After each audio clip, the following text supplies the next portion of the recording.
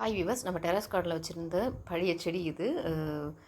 பன்னீர் rose. இந்த செடி வந்து பார்த்திங்கன்னா கொஞ்சம் டல்லாகிட்டே இருந்தது. அதாவது காஞ்சு போகிற மாதிரி இருந்தது. நானும் எவ்வளோ நர்சரியில் செக் பண்ணி பார்த்தேன், இந்த செடி கிடைக்கல. நான் சின்ன இதில் ஏர் பதியம்லாம் போட்டு பார்த்தேன், வாட்டர் பதியம் எதுக்குமே வேலைக்கு ஆகல. எல்லாமே துளிர் விடும், ஆனால் எடுத்து நடும்போது சரியாக வரலை.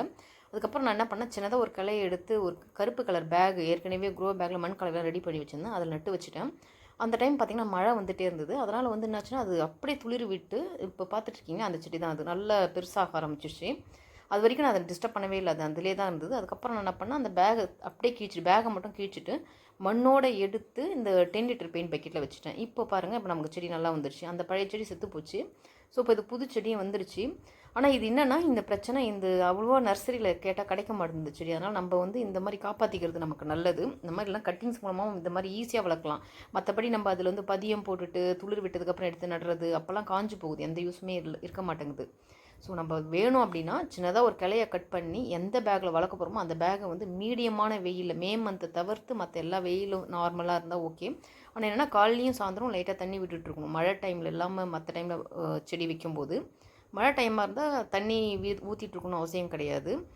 இப்போது இந்த மாதிரி இப்போ நான் இன்னொரு செடியை நான் உருவாக்கிக்கிட்டேன். இப்போ என்ன பண்ணேன், இதுலேருந்து ஒரு கிளையை எடுத்துகிட்டு நான் அந்த வாட்டர் கேனில் தான் வளர்க்க போகிறேன். மண் கலையெல்லாம் ரெடி பண்ணிவிட்டு அதை அப்படியே நட்டு வச்சேன். இப்போ பாருங்கள் அது எந்தளவுக்கு துளிர் விட்டுருக்குன்ட்டு.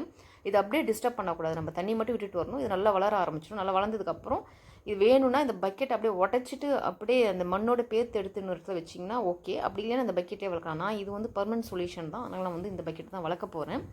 இந்த மாதிரி நம்ம வந்து பன்னீர் ரோஸ் செடியை பொறுத்த வரைக்கும் இந்த மாதிரி வளர்த்தா நல்லா வருது. பதியந்தெல்லாம் அந்தளவுக்கு வந்து யூஸ் ஆகலை எனக்கு. நான் எவ்வளோ ட்ரை பண்ணி பார்த்துட்டு அந்த ஒரு செடி எப்படியாவது நிறைய செடி கொண்டு வரணும்னு நினச்சிட்டு விட்டுட்டேன். ஆனால் இப்போ இந்த மாதிரி பண்ணும்போது ரொம்ப ஈஸியாக இருக்குது. ஸோ நீங்கள் கூட இந்த மாதிரி பன்னீர் ரோஸ் செடி வளர்க்கணும்னு நினச்சிங்கன்னா இந்த மாதிரி பதியம் ட்ரை பண்ணுங்கள். அது மட்டும் இல்லாமல் இது வந்து வளர்க்குறதும் ரொம்ப ஈஸி. மெயின்டெனன்ஸும் பார்த்திங்கன்னா பெருசாக உரம்லாம் எதுவும் தேவைப்படாது.